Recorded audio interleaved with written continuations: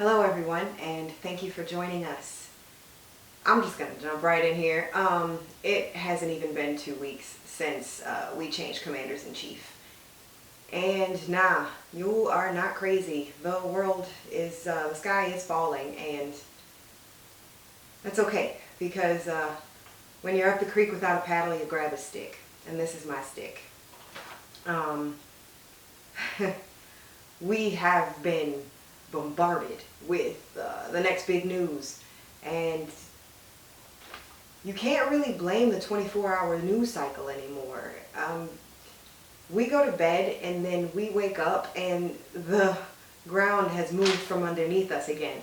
But you can't blame the news, because what news organization doesn't cover things like Betsy DeVos or Spitzer lying or Muslim bans or the next Supreme Court nominee? All of these things are important, and all of these things rightly rock us to the core, and we are left wondering what to do. So we sign Facebook petitions and we march, but we have to do a bit more. We have to be creative. We have to find new ways to get things done, to have our voices heard, because right now it doesn't seem that the higher-ups really care. So, I don't know about you, but I'm always on the lookout for the next big stick. And that's what this is about. Today, we're going to cover something that I am sure you've heard of, something that you might still be a little in the dark about, and something that you probably haven't heard about, and they are all related.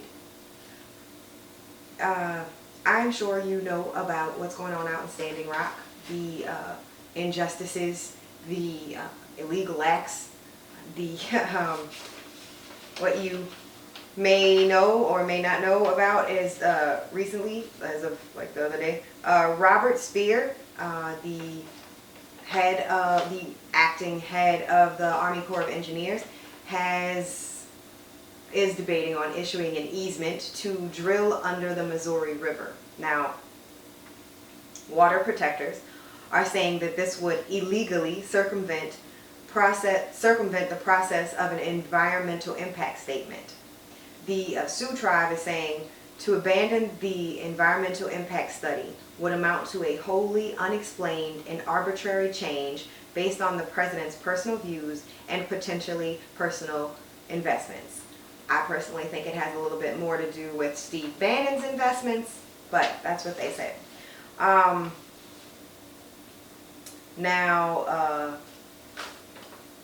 For the specifics, you probably know a bunch of them, but Energy Transfer Partners, Sunco Logistics, and Phillips 66 are trying to run a pipeline through a significant amount of America's lands and waterways. They are mostly complete. They're over $40 billion in. They are pumping their oil from the Beacon Rock Formation, and that's going to run through, the part that's going to go through Standing Rock is running to their refineries out in Illinois. They have trains, or they're trying to put trains through Indiana to run the oil east, and they are also going to send it down south to Texas. Now, here's the part you might not know about. They're going to run that oil from Texas through Louisiana to the Henry Hub. In the state of Louisiana, they will be crossing 700 waterways. 700 waterways in the state of Louisiana alone. Now, this pipeline is called the Bayou Bridge Pipeline. The Louisiana Department of Environmental Quality, Army Corps of Engineers, and Louisiana Department of Natural Resources have yet to permit the construction of the pipeline.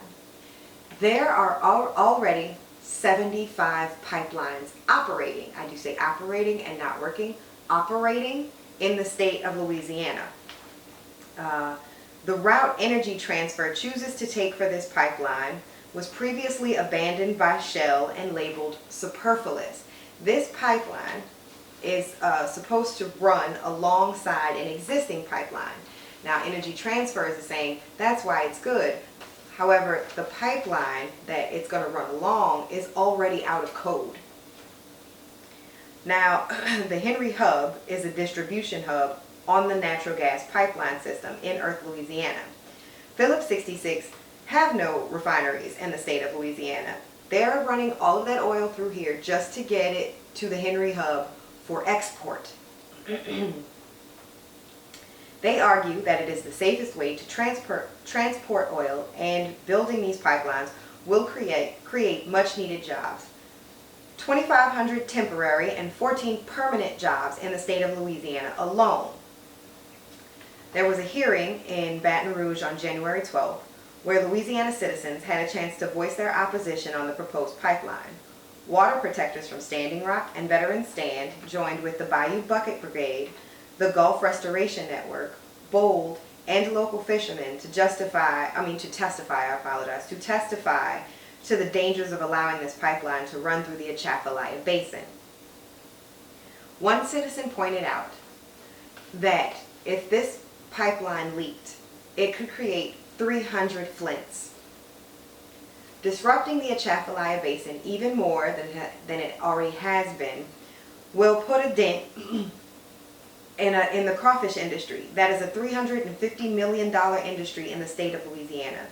It will also further destroy the defenses Louisiana has against floods and hurricanes, which just a few months ago experienced record-breaking flooding that hurt many local farms and businesses. Now, you've heard the environmental versus job creation and the safety of the new technology on pipelines argument.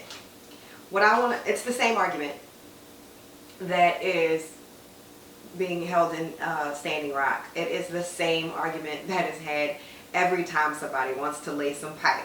I want to talk about money. Okay, I have looked and I have yet to find anything mentioning a business risk assessment for the state of Louisiana for investing in these pipes. Now, I realize that that's not something that's usually done, but I think it should be on a grander scale than what some people might be thinking. Now, I'm sure that the companies involved have done it, especially considering that their highest projection to break even for pumping shale oil out of the Bakken was $60 a barrel before March 2016, when they promised investors that they could get it down to $45 per barrel. March 2016. And I'm sure that had nothing to do with the escalation of aggression that happened in Standing Rock. I'm sure that was totally unrelated. The current price per barrel is $53. It has not risen above $55 in over 18 months. Now, again, they are trying to get this to Henry Hub for export into a world that is becoming increasingly less oil dependent. That is their goal. Now, our current government may be deniers of climate change, but that doesn't mean the rest of the world is. The rest of the world are actively trying to bring down oil use. So I may be a layman here, but don't the laws of supply and demand mean that the price per barrel will not rise? What does that mean for this company and the banks that are backing it? The banks that are backing it: Wells Fargo, Bank of America, Chase, Goldman Sachs, UBC, HSBC, all big banks. I'm concerned that all of this money is going into something that is currently not sustainable. And I'm not talking about like the world sustainable. I'm talking about money sustainable. Is this going to send us towards a new recession? I don't mean tomorrow. I mean in the future.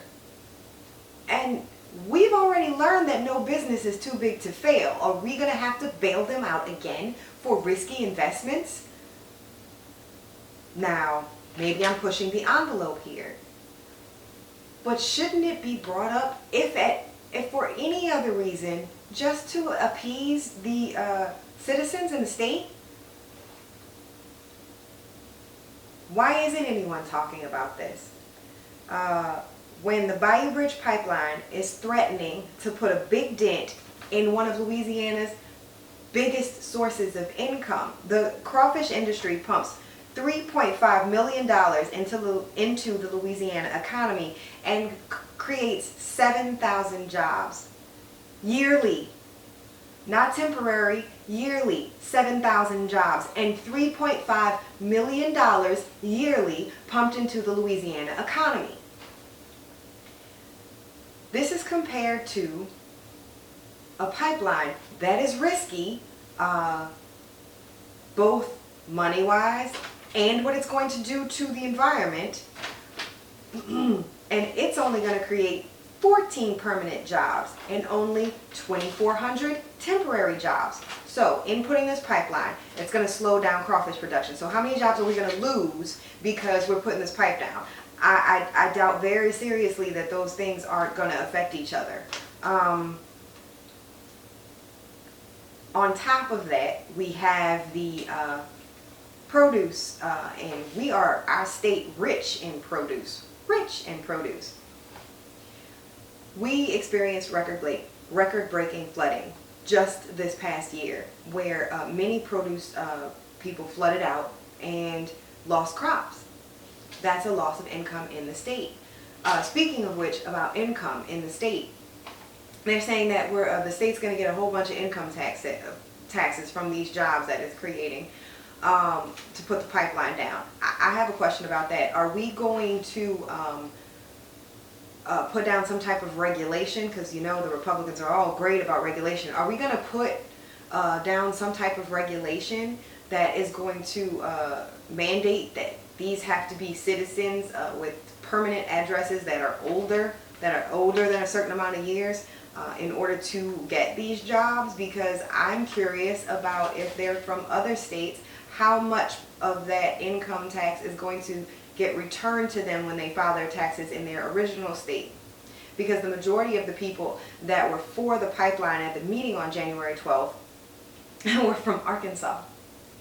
So how much of that is actually going to be kept in the state of Louisiana? Also, something to consider is the fact that with the wetlands being destroyed even more, we become even more susceptible to flooding. In the city of New Orleans, it is so risky for an insurance company to provide homeowners insurance that there is only one insurer left providing homeowners insurance to the citizens in the city of New Orleans. How much worse is it going to get when the ground sinks more, or the water, we have less of a barrier between us and the Gulf because we're destroying our wetlands? It's not just, it is, honestly, the environment is enough of a reason for us to panic about this. Seeing what happened in Flint, enough of a reason for us to panic about this. But if we look beyond that to monetary issues, how much is it going to cost us? Is it worth it?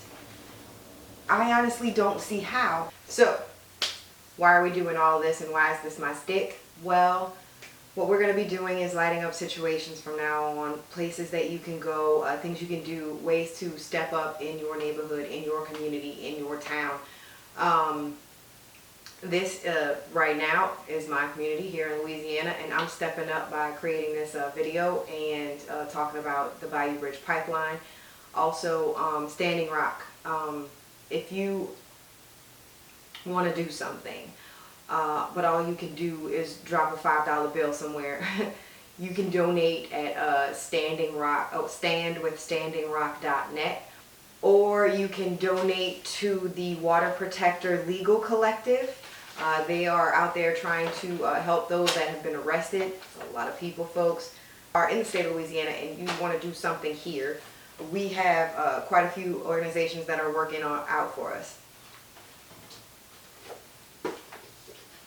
I brought them up earlier. They are the Bayou Bucket Brigade.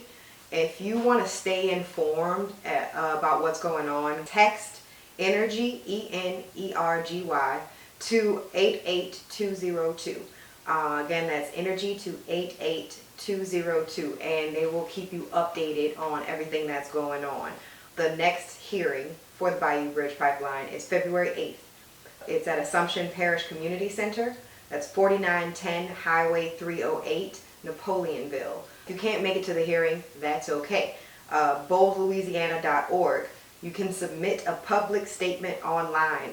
They guide you through how to make the statement, what are the best points to bring up, and how to make the best argument. Also, the Gulf Restoration Network, at their site, they are asking for a environmental impact study, and you can be a citizen who is requesting that on their site. It's real simple. It takes a few more steps than a Facebook petition, but it's worth it, and it's just as easy. If you aren't in this state and you can't do the $5 to Standing Rock, or you can and you just want to do a little bit more, how about looking around your area and seeing if there are any pipelines that maybe we haven't heard about? Because I know a lot of people didn't hear about this one. See if you can get in the way of that one. My hope is that we stop this pipeline here and it will directly affect Standing Rock. My hope is that we can, as people, make our voices heard and not let these big businesses run everything. It's gonna be hard. It's already been hard. It's going to get worse. If you guys haven't heard yet, there are some new anti-protest laws. I'll go through a few of them. In Indiana, they are now allowed to remove protesters by any means necessary. Iowa, blocking traffic is now a felony. Minnesota, they are allowed to sue protesters in order to pay for police. North Dakota allows drivers to run over and kill protesters. Washington, economic terrorists. That's what we are now. They want to see some economic terrorists? Go pull all of your money out of those banks. I know a lot of people got Chase credit cards. You know who else has credit cards? Your local regional banks. And they probably aren't attached to any of these things. And you're putting your money in your own community. These are ways you can do something. This is something you can do. You can be heard this way. Stay on the lookout. Keep looking for your big stick. Do what you can in your community. I'm going to keep doing it in mine. I'm going to try to help all of you do it in yours.